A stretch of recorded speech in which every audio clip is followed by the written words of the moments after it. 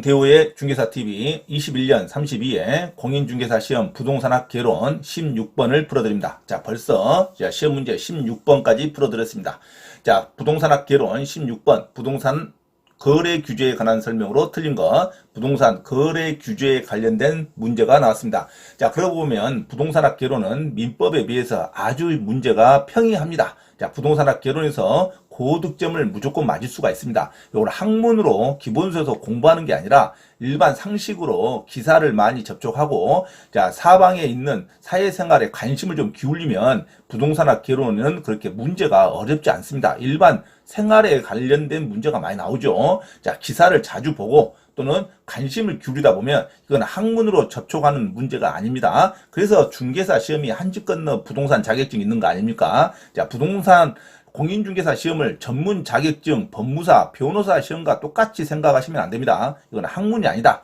직장을 다니면서도 틈틈이 반복해서 기출문제를 계속 반복해서 들으시면 충분히 합격할 수 있는 문제, 그리고 관련된 사회 현상을 관심 있게 좀 주의를 기울이면 충분히 중개사 자격증을 취득할 수 있습니다. 자, 부동산 거래 규제에 관한 설명 틀린 거 1번. 자, 주택 취득할 때 자금 조달 계획서를 이제 제출하도록 합니다. 이제 시가 얼마 이상, 자, 서울 조정 지역은 3억 원 이상, 3억 원 이상 매매할 때는 자금 조달 계획서를 제출하도록 합니다. 자, 3억 원 이상이면 대부분 다 3억 이상이 되죠. 그래서 매매할 때 무조건 자금 조달 계획서를 제출한다고 보시면 됩니다.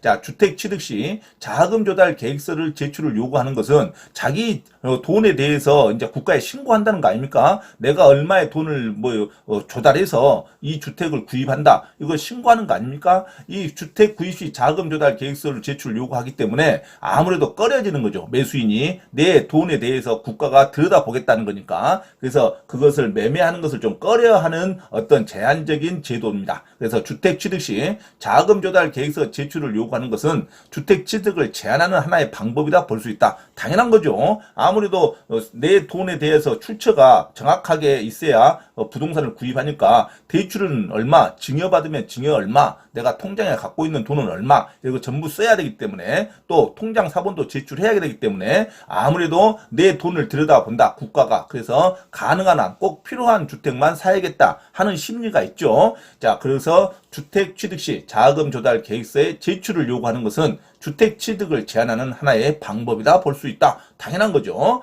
자, 서울은 얼마 지역, 조정 대상 지역은 얼마 이상, 3억 원 이상, 3억 이상 매매할 때 자금 조달 계획서 제출을 요구합니다.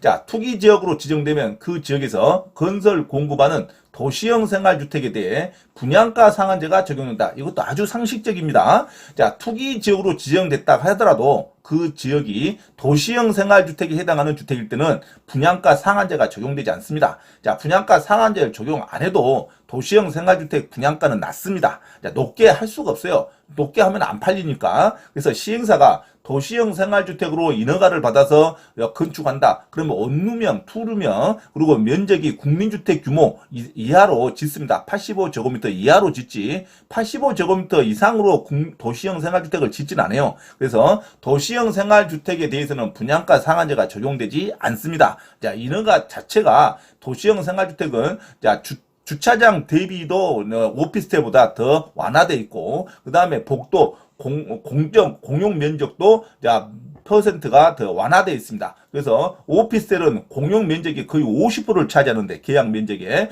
도시형 생활주택은 공용 면적, 복도도 좁고 엘리베이터의 어떤 면적도 좁고, 그다음에 주차장 대수도 그렇게 1대1 주차장 대수가 아니어도, 100% 주차장 대수가 아니어도 인허가가 나오는 게 도시형 생활주택입니다. 그래서 동네에 원룸을 지을 수 있게 편리하게 원룸이나 또는 빌라형 또는 아파트형을 지을 수 있게 좀 편리하게 인허가를, 동네는 면적이 좁죠. 그 면적이 좁은 지역에 주택을 지을 수 있도록 특별히 인허가를 완화시켜주는 어떤 주택형이 도시형 생활주택입니다. 도시형 생활주택은 원룸형이 있고 빌라형이 있고 연립주택형이 있습니다. 자, 그래서 도시형 생활주택은 일반 오피스텔이나 아파트에 비해서 인허가가 완화되어 있기 때문에 자체 분양가 상한제가 적용되지 않습니다. 그래서 도시형 생활주택이라는 단어가 딱 나오면 분양가 상한제가 적용되지 않는다. 그리고 관광특구에 있는 51층 이상에 있는 건물도 분양가 상한제가 적용되지 않습니다. 관광특구에 있는 51층 이상은 아주 높게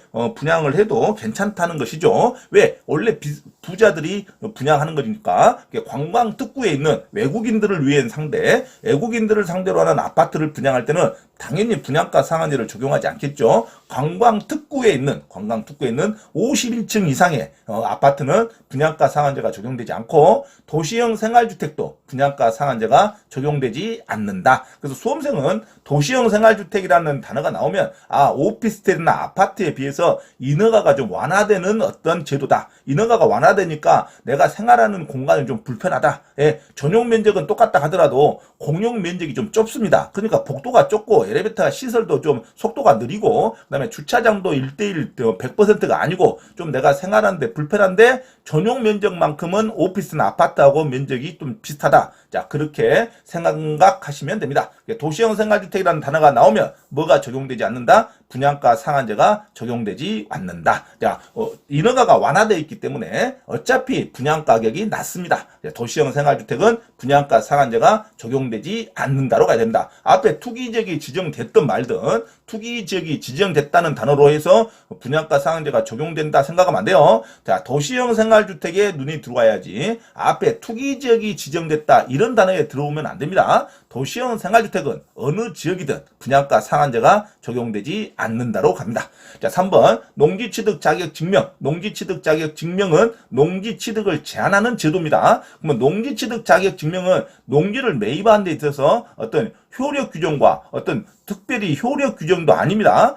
효력 규정도 아니고 유효 요건도 아닙니다. 농지취득 자격 증명제는 농민한테 제출하는 게 아니라 매수할 때 그 농민 매도인에게 제출하는 게 아니라 등기의 첨부 서류입니다. 내가 농지를 샀을 때 등기가 나오냐, 내 이름으로 나오냐의 하나의 첨부 서류이기 때문에 농지취득 자격 증명을 발급을 받지 못하면 내가 아무리 농지를 사더라도 매매를 하더라도 소유권 이전 등기가 나오지 않습니다. 그래서 농지취득 자격 증명제는 당연히 농지취득을 제한하는 하나의 제도일 뿐입니다. 농지취득을 제한하는 제도. 내가 농사를 지을 만한 자격이 된지를 국가가 판단하겠다는 거죠.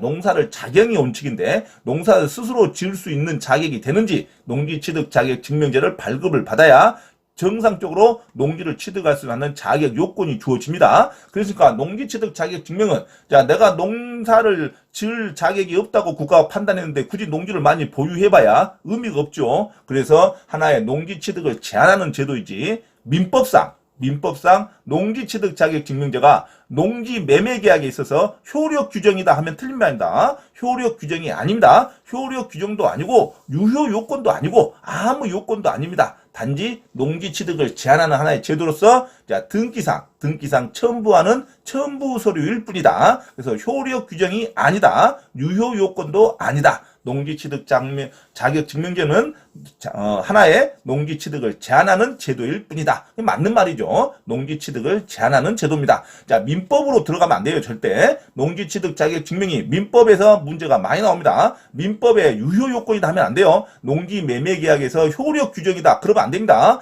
효력 요건도 아니고 유효 요건도 아닙니다. 단지 소유권 이전 등기가 되냐 안 되냐를 말하는 거죠. 농지취득 자격 증명제는 하나의 농지취득을 제한하는 하나의 정책 제도이다. 맞는 말입니다. 4번 토지거래 허가구역으로 지정된 지역에서 토지거래 계약을 체결할 경우 토지거래 허가구역도 투기가 우려되는 지역을 토지거래 허가구역으로 지정하죠. 자, 토지거래 허가구역으로 지정은 국토부 장관 또는 시도지사가 지정하는데 토지거래 허가구역으로 지정할 때 토지거래 계약을 체결할 경우 당연히 그 관할 시장, 군수, 구청장의 허가를 받게 하는 제도가 토지거래 허가구역입니다. 그래서 매매 계약을 제한하는 제도죠. 거래 제도를 제한하는 제도 토지거래 허가구역. 토지거래 계약뿐만 아니라 건물 거래 계약을 하더라도 허가를 받아야 됩니다. 토지거래 허가구역이라고 해서 토지거래만 제한하는 게 아니라 토지 위에 있는 건축물의 매매계약도 건물의 매매계약도 당연히 허가를 받아야 됩니다. 그래서 하나의 매매계약을 제한하는 제도입니다. 토지거래 계약을 체결할 경우 시장, 군수, 구청장의 허가를 받아야 된다. 당연한 거죠.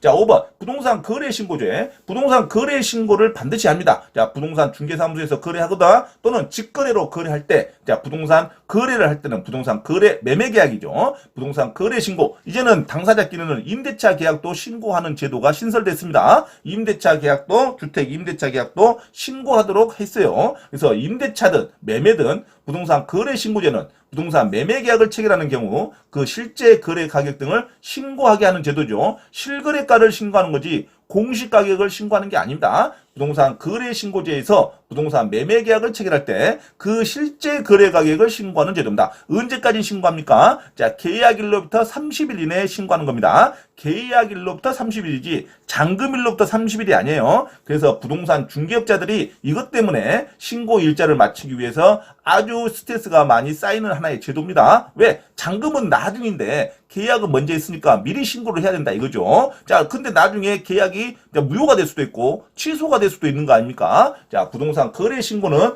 계약일로부터 계약 체결일로부터 30일 이내에 신고한다는 것까지 암기하시면 됩니다. 자, 그러면 16번 부동산 거래 규제에 관한 설명 틀린 거 학문이 아니죠. 자, 상식선에서 문제를 풀면 됩니다. 자, 부동산 거래 규제에 관한 설명. 자, 주택 취득 시 자금 조달 계획서 제출하는 것도 자, 주택 취득을 제한하는 하나의 방법이고, 그다음에 농지 취득 자격 증명도 농지 취득을 제한하는 하나의 제도일 뿐이죠. 효력 규정이 아닙니다. 그다음에 유효 요건도 아니에요. 매매할 때 아무런 민법으로 넘어가면 농지 취득 자격 증명은 아무런 요건도 아니다. 이렇게 반드시 외우셔야 됩니다. 농지 취득 자격 증명은 하나의 소유권 이전 등기할 때 들어가는 첨부 서류일 뿐이다. 농지 취득을 제한하는 제도이다. 그리고 토지거래 허가구역도 토지거래 또한 또는 건물 거래 모두 포함하죠. 토지 거래 또는 건물 거래 계약을 체결할 때 시장군수 구청장의 허가를 받아야 하고, 부동산 거래 신고제는 자, 매매 계약을 체결할 때 그 실거래가를 기록을 신고를 하는 제도이다. 그래서 계약일로부터 30일 이내 신고하는 제도입니다. 그렇지만 2번 정답 도시형 생활주택은